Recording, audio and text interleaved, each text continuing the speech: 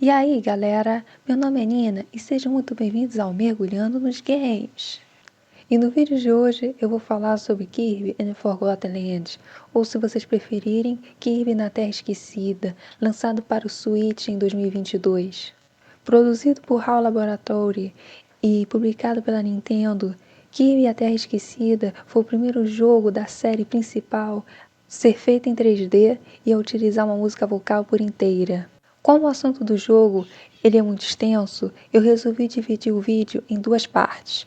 Uma para falar sobre a história e as reflexões que a mesma reflete para nós jogadores de fora, e a que está presente neste vídeo, que se trata da jogabilidade. Então, sem mais delongas, vamos ao gameplay. Como em qualquer jogo do Kirby, este é um videogame de plataforma com alguns elementos de exploração. Contudo, eu posso dizer que os produtores desse jogo eles quiseram dar um trunfo para os jogadores, porque o jogo ele é mais abrangente, as áreas são maiores. Não é de mundo aberto, mas as áreas são enormes, o que facilita o processo de exploração dos jogadores entrarem ali e se deslumbrarem pela fase e ao mesmo tempo procurarem a cada cantinho dela para ver o que elas têm, o que elas possuem, que segredos elas guardam. Além das próprias fases do Kirby, nós temos também dentro do jogo desafios que o Kirby ele usa as próprias habilidades dele. Então, cada desafio vai ter uma habilidade. Então, se você for lá um desafio X, aí vai pedir para você usar a habilidade da bomba. Aí você vai usar a bomba dentro desse desafio. Sendo que alguns desses desafios das fases, eles possuem uma dificuldade um pouquinho maior. Então, vale a pena a entrar nesses desafios, porque tem alguns desafios que são, sim, mais desafiantes. E outros até que são bem facinhos de completar. Fora essa parte dos desafios, também o próprio pós-história do jogo, ele traz elementos de uma dificuldade um pouquinho mais avançada, porque no pós-história o Kirby libera um outro lugar. E nesse outro lugar que ele vai ver, você passa pelas as fases que você jogou anteriormente, e nessas fases que você jogou anteriormente, elas vão aparecer com um novo grau de dificuldade, um grau de dificuldade acima do que você viu anteriormente. Fora esse quesito da dificuldade, tem uma outra coisa que esse jogo traz, que são novas habilidades de cópia para o Kirby. São duas, na realidade. Uma que eu chamo de Kirby Garrucha, que é uma que o Kirby ele copia uma habilidade que literalmente dá para ele uma garrucha. E essa garrucha permite ao Kirby a disparar estrelas. E essas estrelas, elas também têm uma mira.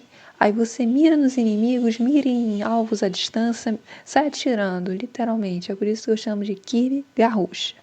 Já outra habilidade que o Kirby pode pegar, eu chamo ela de Kirby Tatuzão, que literalmente é um tatuzão, ou seja, uma escavadeira que cava por baixo da terra e ataca os inimigos surpreendentemente por baixo.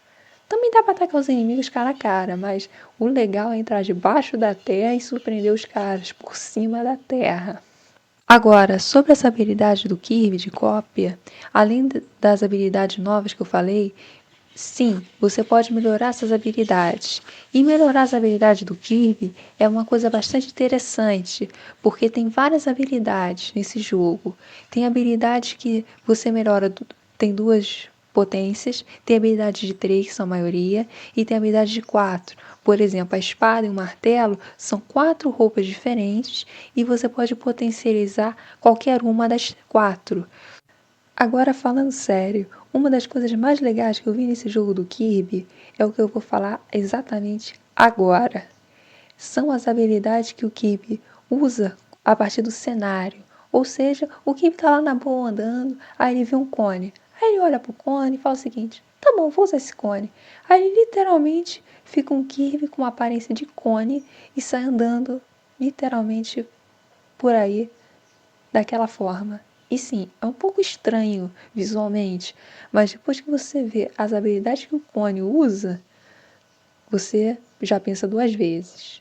E não é só o cone. que ele pode usar. Ele pode pegar um carro, sair na velocidade, por aí, passeando na boa, atropelando todo mundo, literalmente falando.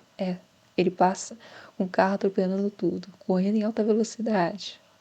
Para que precisar de carteira de motorista se ele pode correr a 1000 por hora? E também tem outras habilidades que o Kirby usa, como uma lâmpada para iluminar lugares escuros, escadas para subir em lugares que o Kirby não consegue subir. Também tem, deixa eu ver, um espelho, e outras aí. Uma das que eu mais gosto é a asa delta, que permite o Kirby voar e planar, além de fazer giros no ar. É uma coisa muito, muito, muito maneira. Outra coisa que também é bem legal no jogo é a parte ali da cidade. Tem uma cidadezinha que os Waddle Dees, eles ficam. Então, nessa cidade tem de tudo. Tem uma casinha lá pro Kirby, tem um restaurante onde você pode comer lá no terraço com os amigos. Tem um cinema ali, uma banda que toca uma música, um coliseu onde você pode disputar batalhas com uma galera aí. Enfim, tem muita coisa nessa cidade. Fora isso, você também pode jogar com um amigo. Tem a opção de jogar 2 jogadores, sendo que o segundo jogador pode jogar com um bandana ou Waddle Dee. Só que há um porém. O segundo jogador, ele obrigatoriamente tem que ficar na linha de radiação da visão do primeiro, ou seja, a tela não se divide em dois. Porque um jogo legal, daqueles que tem vários jogadores, é quando a tela se divide em várias partes. Que aí um jogador vai para um lado, o outro vai para o outro, aí depois eles se encontram. Porque fica um pouquinho complicado o segundo jogador ter que funcionar em função do primeiro.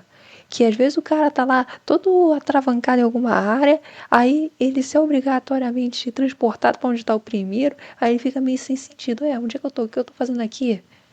Eu achei um pouquinho essa parte que tava faltando alguma coisa, alguma divisão de tela, alguma coisa desse tipo. Uma outra coisa que tem, antes que eu me esqueça, é relacionada às missões dentro das fases. Quando você joga, sei lá, uma fase lá dentro, sei lá, do deserto. Aí, dentro dessa fase, você tem que salvar um monte de Waddle Dees que foram sequestrados. E, para salvar esses Waddle Dees que foram sequestrados, há um detalhe, você tem que completar certas missões. E nessas certas missões, o objetivo de completar são variados. Ou seja, você às vezes completa a missão sem saber o que era.